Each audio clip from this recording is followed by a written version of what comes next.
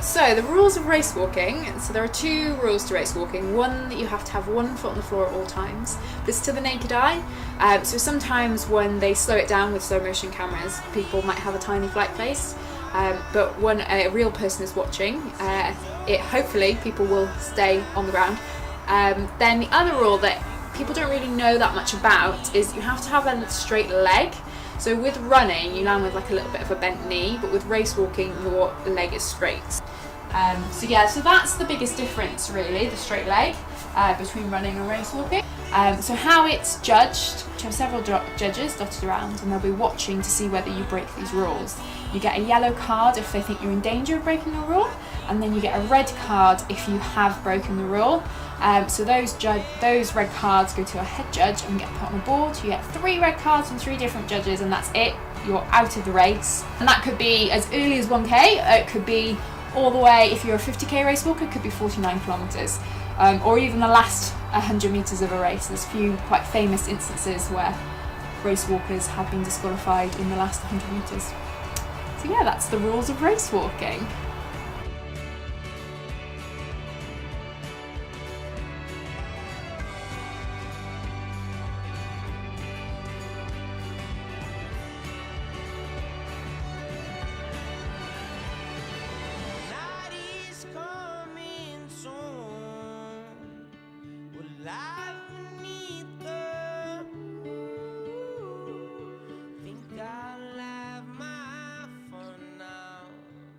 What session did you have today? I had 600, so I did a 5k warm up first, and then I did 6 times 600 with active recovery.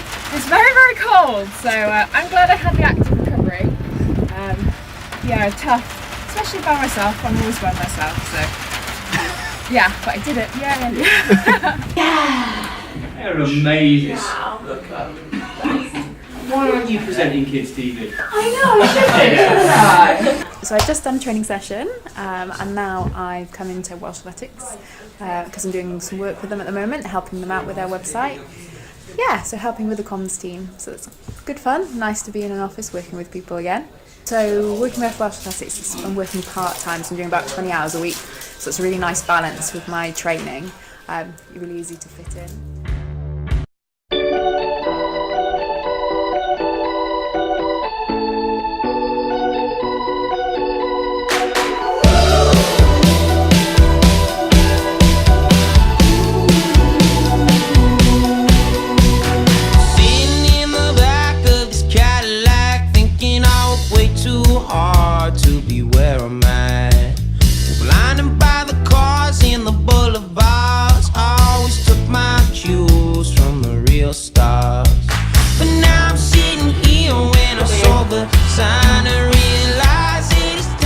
So what is this?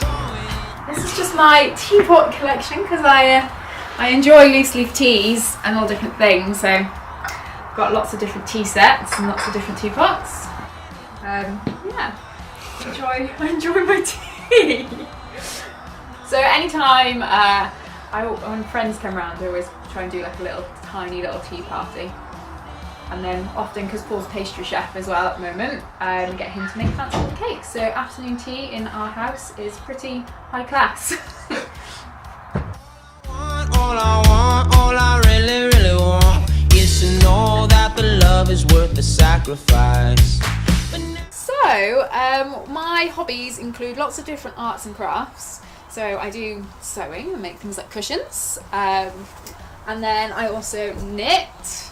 And make things like socks, and then I do some painting and paint things like my one-eyed cat, and do scrapbooking and card making. Basically, I just like doing anything arts and craftsy. Yeah, I just find it quite therapeutic, and I like to have a go at new things and see what I can create. So this is my nail varnish display. As you can see, I have a rather large collection. I really enjoy doing my nails. So this is partly my grandma's fault. She loves doing her nails as well. So whenever she buys nail varnish, she kind of uses me as an excuse, I think. So my granddad doesn't say, why are you buying more nail varnish? She'll say, oh, there are a few for Bethan.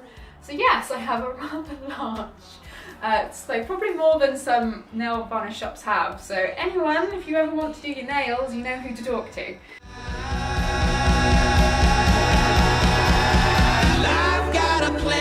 in the palm of my hand to get me rolling. I know.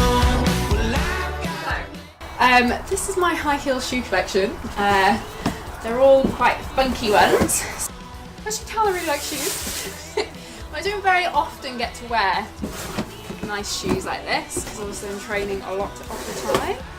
Some sparkly green ones. Some smaller heels for when you don't want to wear really, really high heels. These were actually bought for me by some people I used to work with. They clearly knew me very well. I was very excited by this. They've got deers on the heel. These ones, nice and colourful. These are a newer purchase. I think these were my first pair of Road Choice shoes. As you can see, they're very well worn. So there you go. So as you can see, I really enjoy lots of colours, especially in my accessories. So high heel shoes, when I can wear high heel shoes. I always like to have flowers in my hair, big earrings. So when I first started race walking, I would race with a big flower in my hair. But my coach had a bit of a chat to me. So because race walking is really subjective and it's judged by people, if you can blend in, then that's really, really good. So a judge will judge your technique on what they see. So for example, if you're quite bouncy, you might still be on the floor and have a straight leg, but if you're more bouncy than the person next to you, then they're going to be drawn to you. They did some research actually on this, because obviously it sounds like I'm just making this up. And like there's lots of people that used to tell me, you know, don't really wear the flowers, you know, your long shorts, they're too long, they stand out. And I didn't believe any of it. I was like, no, I need research. So they took a race, and I happened to be in this race. So there's about 40 women in this race, and they took the frame, played it to a load of international judges and said, which of these athletes stand out to you? Not necessarily because of technique, but who is it you're drawn to? And there were two people they were drawn to. One was me because of my long shorts, and one was a girl with knee-high socks. So basically the feedback was that if you can, human nature is to be drawn to the thing that stands out. I try and blend in as much as possible when racing, but then outside of racing I like to be as colourful as possible because that's who I am.